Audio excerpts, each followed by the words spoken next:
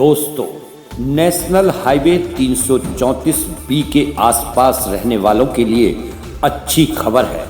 अब अगले महीने जनवरी में यूपी के बागपत से हरियाणा के सोहाना तक फर्राटे के साथ सफर कर सकते हैं। केंद्रीय सड़क और परिवहन मंत्री नितिन गडकरी ने ट्वीट के माध्यम से इसके निर्माण कार्य के अगले महीने जनवरी 2022 में पूरी होने की खबर दी। नितिन गडकरी ने अपने संदेश में बताया कि नेशनल हाईवे 334B का निर्माण कार्य 93% तक पूरा हो गया है और हमारा लक्ष्य है कि हम इसको अगले 3 महीने पूरा कर लेंगे। इस हाईवे के बनने से बगैर किसी रुकावट के उत्तर प्रदेश से राजस्थान वाया हरियाणा सफर करने में यात्रियों को आसानी होगी। इससे यात्रियों को दिल्ली के भारी ट्रैफिक से भी निजात मिलेगी।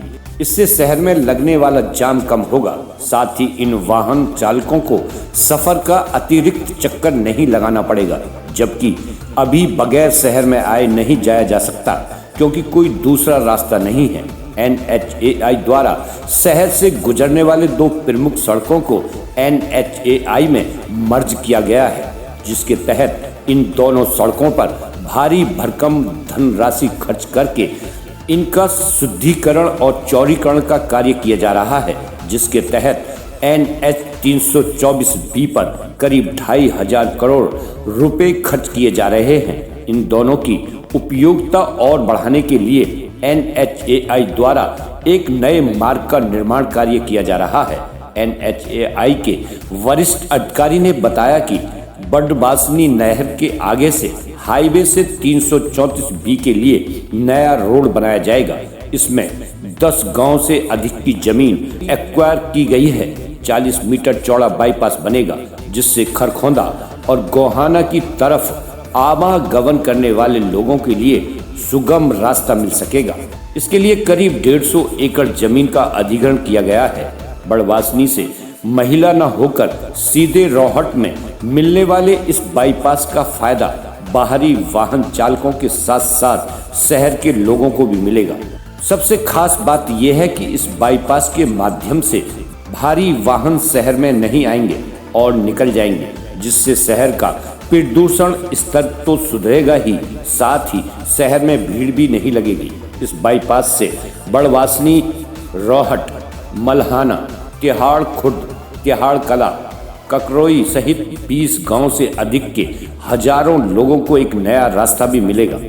उन्होंने इस विषय पर आगे कहा कि प्रधानमंत्री के भूतपूर्व नेतृत्व में नेशनल हाईवे का निर्माण कार्य तेजी से आगे बढ़ रहा है। यह हाईवे सीधे नेशनल हाईवे 44 को भी जोड़ता है। नेशनल हाईवे 44 की लंबाई 245 किलोमीटर है। इससे यात्रियों को सफर करने के लिए 4 से 5 घंटे का समय लगता है। इसके बन जाने से दिल्ली और चंडीगढ़ जाने वाले यात्रियों को आसानी होगी और समय भी काफी बचेगा। नितिन गडकरी ने हाईवे के निर्माण से हुए प्राकृतिक नुकसान की भरपाई का वादा किया। राज्यसभा में एक लिखित जवाब में नितिन गडकरी ने कहा कि जिन हाईवे के निर्माण और विकास कार्य में पेड़ों की कटाई हुई है, सरकार उनका उचित मुआवजा देगी। उन्होंने आगे कहा कि ऐसे विकास कार्यों में अधिक से अधिक यह सुनिश्चित करने का प्रयास किया जाता है कि प्रकृति को नुकसान न हो और कम से कम पेड़ काटे जाएं। इन कार्यों से अगर नुकसान पहुंचता है तो सरकार मुआवजा देने के लिए तैयार है। सरकार इसके लिए सड़क के किनारों और बीच में ठेकेदारों को वन विभाग की मदद से पेड़ लगाए जा रहे हैं। न्यूज 18 के मुताबिक सरकार ने मार्च 2021 तक 94 प्रोजेक्ट के जरिए 55.10 लाख पेड़ लगाए हैं। इसके अलावा इन कार्यों को करने के लिए सरकार प्राइवेट संस्थाओं और प्राइवेट NGO की सहायता भी ले रही है।